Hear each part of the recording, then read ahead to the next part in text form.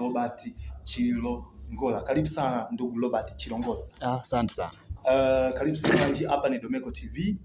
Na moja kwa moja bila kuchelewa, mtazamaji wetu angependa kufahamu maana ya CFE. Maana unasikia tu CFE hajui ni nini maana yake, na hasa wewe unadili na mambo gani? Okay.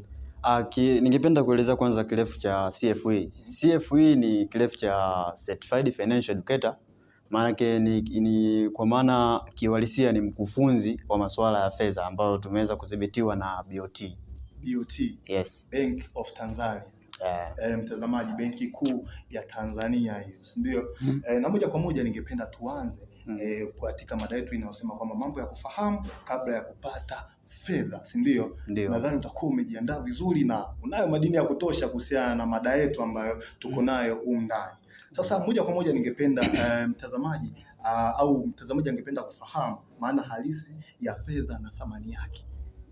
Okay.